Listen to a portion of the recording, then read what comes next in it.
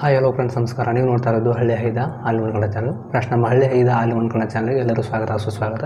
Friends, ಒಂದು ಹೊಸ ಉದ್ಯೋಗ ಮಾಹಿತಿ ಬಂದಿದೆ. ಭಾರತ ಸರ್ಕಾರದ ಮಿಲಿಟರಿ ಸ್ಕೂಲಲ್ಲಿ ಅಂದರೆ ಮಿಲಿಟರಿ ಸ್ಕೂಲಲ್ಲಿ RMS ಅಲ್ಲಿ ಹೊಸ ಉದ್ಯೋಗ ಅರ್ಜಿ ಕರೆದಿದ್ದಾರೆ. ಇಲ್ಲಿ ಎಷ್ಟು ಉದ್ಯೋಗಗಳು ಖಾಲಿವೆ ಮತ್ತು ಯಾರು ಅಪ್ಲೈ ಮಾಡಬೇಕು, ಎಜುಕೇಷನ್ ಇರಬೇಕು ಹಾಗೂ ಸ್ಯಾಲ್ರಿ ಯಾವ ರೀತಿ ಇರುತ್ತೆ, ಅಪ್ಲೈ ಮಾಡೋದು ಹೇಗೆ, ವಯೋಮಿತಿ, ಅರ್ಜಿ ಶುಲ್ಕ, ಸ್ಯಾಲ್ರಿ ನಿಮಗೆ ಈ ವಿಡಿಯೋದಲ್ಲಿ ಎಲ್ಲವನ್ನು ಸಂಪೂರ್ಣ ಹೇಳ್ತೀನಿ. ವಿಡಿಯೋನ ಎಲ್ಲೂ ಸ್ಕಿಪ್ ಮಾಡೋದೇ ತಗೊಂಡು ಹಾಗೆ ಮಾಹಿತಿ ಇಷ್ಟ ಲೈಕ್ ಮಾಡಿ ಮತ್ತು ಶೇರ್ ಮಾಡಿ, ನಿಮ್ಮ ಅನಿಸಿಕೆಯನ್ನು ಕಮೆಂಟ್ ಮಾಡಿ. ಹಾಗೆ ಹೊಸಬರು ಯಾರು ನಮ್ಮ ಚಾನಲ್ ನೋಡ್ತಾ ಇದ್ರು ನಮ್ಮ ಚಾನಲ್ನ ಸಬ್ಸ್ಕ್ರೈಬ್ ಮಾಡ್ಕೊಳ್ಳಿ. ಹಾಗೆ ಪಕ್ಕದಲ್ಲಿ ಇರ್ತಕ್ಕಂಥ ಬೆಲ್ ಐಕಾನ್ ಆನ್ ಮಾಡಿಕೊಂಡ್ರೆ ನಾವು ಅಪ್ಲೋಡ್ ಮಾಡೋ ಪ್ರತಿಯೊಂದು ವಿಡಿಯೋ ನಿಮಗೆ ನೋಟಿಫಿಕೇಶನ್ ಬರ್ತವೆ. ಹಾಗೂ CSE ಜಾಬ್ ಬಗ್ಗೆ ಸರ್ಕಾರ ಇದರ ಮಾಹಿತಿ ಕೂಡ ದೊರೆಯುತ್ತದೆ. ಓಕೆ ಫ್ರೆಂಡ್ಸ್, ನೇರ ವಿಷಯಕ್ಕೆ ಹೋಗುವಾಗ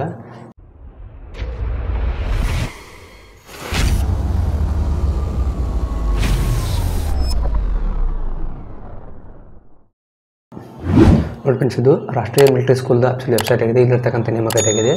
ಇಲ್ಲಿ ವಿವಿಧ ಹುದ್ದೆಗಳ ಅರ್ಜಿ ಕರೆದಿದ್ದಾರೆ. ಅವು ಎಷ್ಟು ಹುದ್ದೆಗಳಿವೆ ಏನು ಅಂತ ನಿಮಗೆ ಈ ವಿಡಿಯೋದಲ್ಲಿ ಸಂಪರ್ಕ ಮಾಡೋಣ. ಇದು ಆಫೀಸಿಯಲ್ ವೆಬ್ಸೈಟ್ ಆಗಿದೆ. ಇವಾಗ ನಾವು ಮಾಹಿತಿ ನೋಡೋಣ ಏನಿದೆ ಅಂತ. ನೋಡಿ ಫ್ರೆಂಡ್ಸ್, ಇದು ಮಾಹಿತಿ ಈ ರೀತಿ. ಇಲ್ಲಿ ಮಿಲಿಟರಿ ಸ್ಕೂಲಲ್ಲಿ PUC ಪಾಸ್ ಆದಂಥ ಅಭ್ಯರ್ಥಿಗಳಿಗೆ ಲೋವರ್ ಡಿವಿಷನ್ ಕ್ಲರ್ಕ್ ಅಂತ ಹುದ್ದೆ ಅರ್ಜಿ ಕರೆದಿದ್ದಾರೆ. ಇದು ಇಲಾಖೆ ಹೆಸರು ರಾಷ್ಟ್ರೀಯ ಮಿಲಿಟರಿ ಸ್ಕೂಲ್ ನೇಮಕಾತಿ ಬೆಂಗಳೂರಾಗಿರ್ತದೆ. ಇದು ಬೆಂಗಳೂರಿನಲ್ಲಿರ್ತಕ್ಕಂಥ ಒಂದು ಉದ್ಯೋಗವಾಗಿರ್ತದೆ. ಹುದ್ದೆಯ ಪ್ರಕಾರ ಇದು ಸಂಪೂರ್ಣವಾಗಿ ಕೇಂದ್ರ ಸರ್ಕಾರದ ಉದ್ಯೋಗವಾಗಿರುತ್ತದೆ. ಇಲ್ಲಿ ಹುದ್ದೆಗಳು ಬಂದ್ಬಿಟ್ಟು ವಿವಿಧ ಹುದ್ದೆ ಅಂತ ಕೊಟ್ಟಿದ್ದಾರೆ, ವಿವಿಧ ಹುದ್ದೆ ಖಾಲಿ ಅಂತ ಕೊಟ್ಟಿದ್ದಾರೆ. ಉದ್ಯೋಗ ಸ್ಥಳ ಬೆಂಗಳೂರಾಗಿರುತ್ತದೆ. ಹುದ್ದೆಗಳ ಹೆಸರು ಬಂದ್ಬಿಟ್ಟು ಲೋವರ್ ಡಿವಿಷನ್ ಕ್ಲರ್ಕ್ ಹುದ್ದೆಗಳಾಗಿವೆ. ಇದು ರಾಷ್ಟ್ರೀಯ ಮಿಲಿಟರಿ ಸ್ಕೂಲ್ದ ಆಫೀಸಿಯಲ್ ವೆಬ್ಸೈಟ್ ಆಗಿರ್ತದೆ. ನೀವು ಇಲ್ಲಿಂದ ಮಾಹಿತಿಯನ್ನು ಸಂಪೂರ್ಣ ನೋಡ್ಕೋಬೋದು. ಹಾಗೆ ಇಲ್ಲಿ ನೆಕ್ಸ್ಟ್ ಕೆಳಗಡೆ ಬಂದರೆ ಕೊನೆಯ ದಿನ ಕೊಟ್ಟಿದ್ದಾರೆ ಹಾಗೂ ಅರ್ಜಿ ಸಲ್ಲಿಸೋ ಮೋಡ್ ಕೊಟ್ಟಿದ್ದಾರೆ. ಅರ್ಜಿಯನ್ನು ಆಫ್ಲೈನ್ ಮೂಲಕ ಸಲ್ಲಿಸಬೇಕಾಗಿರುತ್ತದೆ. ಕೊನೆಯ ದಿನಕ್ಕೆ ಬಂದು 26/1/2024 ಲಾಸ್ಟ್ ಡೇಟ್ ಆಗಿರುತ್ತದೆ. ಇಲ್ಲಿ ಹುದ್ದೆಗಳ ವಿವರ ಕೊಟ್ಟಿದ್ದಾರೆ. ಹುದ್ದೆಗಳ ಹೆಸರು ಬಂದು ಲೋವರ್ ಡಿವಿಷನ್ ಕ್ಲರ್ಕ್ 2 ಹುದ್ದೆ ಖಾಲಿ ಅಂತ ಕೊಟ್ಟಿದ್ದಾರೆ. ಇನ್ನು ಈ ಹುದ್ದೆ ಸಂಬಂಧಪಟ್ಟಂತೆ ವಿದ್ಯಾರ್ಥಿ ಕೊಟ್ಟಿದ್ದಾರೆ. ಇಲ್ಲಿ ಅಭ್ಯರ್ಥಿಗಳು ಮಾನ್ಯತೆ ಪಡೆದ ಮಂಡಳಿ ಅಥವಾ ಬೋರ್ಡ್ದಿಂದ ಅಥವಾ ವಿಶ್ವವಿದ್ಯಾಲಯದಿಂದ 12ನೇ ತರಗತಿಯಲ್ಲಿ PUC ಪಾಸ್ ಆದವರು ಈ ಹುದ್ದೆಗೆ ಅರ್ಜಿಯನ್ನು ಸಲ್ಲಿಸಬಹುದು ಅಥವಾ ತತ್ಸಮಾನ ಪಾಸ್ ಆದರೂ ಕೂಡ ಅಪ್ಲೈ ಮಾಡಬಹುದಾಗಿದೆ. ಜೊತೆಗೆ ಕಂಪ್ಯೂಟರ್ನಲ್ಲಿ 35 ವರ್ಡ್ ಪರ್ ಮಿನಿಟ್ ಟೈಪಿಂಗ್ ಬರಬೇಕಂತ ಕೊಟ್ಟಿದ್ದಾರೆ. ಅಂದರೆ ಟೈಪಿಂಗ್ ಇದ್ದವರು ಈ ಹುದ್ದೆಗೆ ಅರ್ಜಿಯನ್ನು ಸಲ್ಲಿಸಬೇಕಂತ ಕೊಟ್ಟಿದ್ದಾರೆ. ಟೈಪಿಂಗ್ ಇದ್ದವರು ಮತ್ತು PUC ಪಾಸ್ ಅವರು ಈ ಹುದ್ದೆಗೆ ಅಪ್ಲೈ ಮಾಡ್ಬೋದು.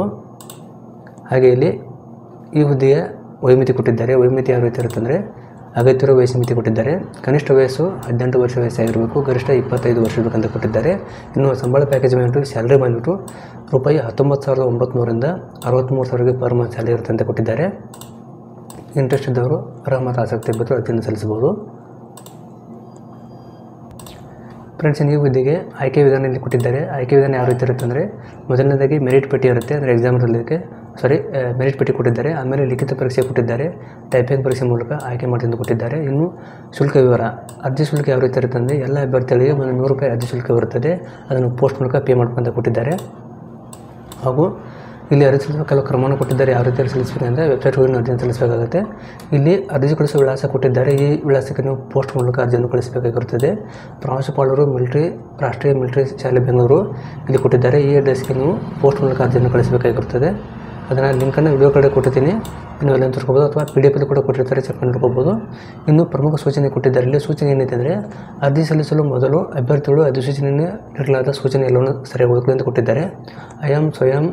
ಅಭ್ಯರ್ಥಿಗಳು ಸ್ವಯಂ ದೃಢೀಕರಿಸಿದ ದಾಖಲಾತಿಗಳೊಂದಿಗೆ ಮತ್ತು ಪುರಾವೆಗಳು, ಪ್ರಮಾಣ ಪತ್ರಗಳು, ನಕಲಿ ಪ್ರತಿಗಳನ್ನು ಅಗತ್ಯಕ್ಕೆ ಅನುಗುಣವಾಗಿ ಅರ್ಜಿಯೊಂದಿಗೆ ಲಗತ್ತಿಸಿ ಕೊಟ್ಟಿದ್ದಾರೆ.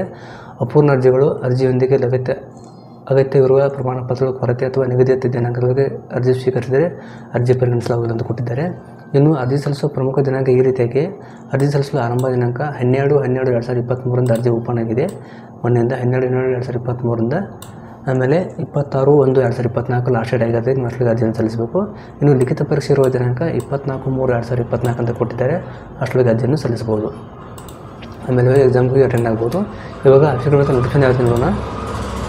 ನೋಡಿ ಫ್ರೆಂಡ್ಸ್, ಇದು ಆಫೀಸ್ಗೆ ಅಂತ ನೋಟಿಫಿಕೇಶನ್ ಇರುತ್ತೆ. ಡೈರೆಕ್ಟ್ ಟೋಕನ್ ಅಂತ ಕೊಟ್ಟಿದ್ದಾರೆ. ಸಿವಿಲಿಯನ್ ಗ್ರೂಪ್ LDC ಹುದ್ದೆಗಳು ರಾಷ್ಟ್ರೀಯ ಮಿಲಿಟರಿ ಸ್ಕೂಲ್ ಅಂತ ಇಲ್ಲಿ ಹುದ್ದೆಗಳ ಹೆಸರು ಕೊಟ್ಟಿದ್ದಾರೆ. LDC ಹುದ್ದೆಗಳು ಪೋಸ್ಟ್ ಬಂದಂತೆ 2 ಪೋಸ್ಟ್ಗಳಿವೆ. ಒಂದು ಜನರಲ್, ಒಂದು SC ಇದೆ. ಇಲ್ಲಿ ಪೇಮೆಂಟ್ ಲೆವೆಲ್ ಕೊಟ್ಟಿದ್ದಾರೆ. ಇಲ್ಲಿ ಏಜ್ ಬಂದು 18-25 ಕೊಟ್ಟಿದ್ದಾರೆ. ಕ್ವಾಲಿಫಿಕೇಷನು PUC ಪಾಸ್ ಆಗಿರಬೇಕು, ಜೊತೆಗೆ ಟೈಪಿಂಗ್ ಬರಬೇಕು ಅಂತ ಕೊಟ್ಟಿದ್ದಾರೆ. ಇಲ್ಲಿ ನೋಟ್ ಅಂತ ಕೊಟ್ಟಿದ್ದಾರೆ. ಆಮೇಲೆ ಪ್ಲೇಸ್ ಕೂಡ ಕೊಟ್ಟಿದ್ದಾರೆ ಎಲ್ಲಿದ್ದೀನಿ ಅಂತ. ಹಾಗೆ ಇಲ್ಲಿ ಕೆಳಗಡೆ ಬಂದರೆ ಮಾರ್ಚ್ 24, 2024 ಎಕ್ಸಾಮ್ ಡೇಟ್ ಕೊಟ್ಟಿದ್ದಾರೆ. ಇಲ್ಲಿ ಇನ್ಸ್ಟ್ರಕ್ಷನ್ ಕೊಟ್ಟಿದ್ದಾರೆ. ಇಂಪಾರ್ಟೆಂಟ್ ನೋಟ್ ಅಂತ ಎಲ್ಲರೂ ಸರಿ ಓದ್ಕೊಳ್ಳೋದನ್ನು. ಆಮೇಲೆ ಇಲ್ಲಿ ಕೆಳಗಡೆ ಬಂದರೆ ಅಪ್ಲಿಕೇಶನ್ ಫಾರ್ಮ್ ಕೂಡ ಕೊಟ್ಟಿದ್ದಾರೆ. ನೀವು ಇದೇ ಫಾರ್ಮನ್ನು ಪ್ರಿಂಟ್ಔಟ್ ತಗೋಬೇಕಾಗುತ್ತೆ. ನಮ್ಮ ವಿಡಿಯೋಗಳ ಲಿಂಕಲ್ಲಿ ಹಾಕಿರ್ತೀನಿ ಅಥವಾ ನಮ್ಮ ವಾಟ್ಸಪ್ ಟೆಲಿಗ್ರಾಮ್ ಗ್ರೂಪಲ್ಲಿ ಕೂಡ ಅದನ್ನು PDF ಅನ್ನು ಶೇರ್ ಮಾಡಿರ್ತೀನಿ. ಅಲ್ಲಿಂದ ನೀವು ನೇರವಾಗಿ ಡೌನ್ಲೋಡ್ ಮಾಡ್ಕೊಂಡು ಅರ್ಜಿ ಸಲ್ಲಿಸಬಹುದು. ಇಲ್ಲಿ application for the post of the LDC ಅಂತ ಕೊಟ್ಟಿದ್ದಾರೆ. ಇಲ್ಲೊಂದು ಫೋಟೋ ಅಟ್ಯಾಚ್ ಮಾಡಬೇಕಾಗುತ್ತೆ.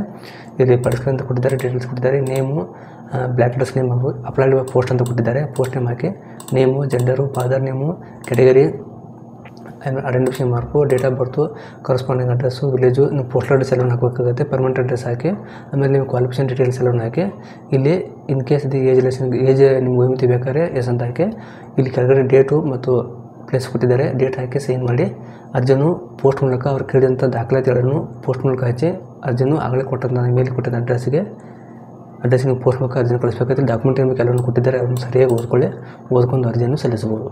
ಈ ಲಿಂಕನ್ನು ನೇರವಾಗಿ ಕೊಟ್ಟಿರ್ತೀನಿ, ನೋಡ್ಕೊಂಡರಿಂದ ಅಪ್ಲೈ ಮಾಡಿ.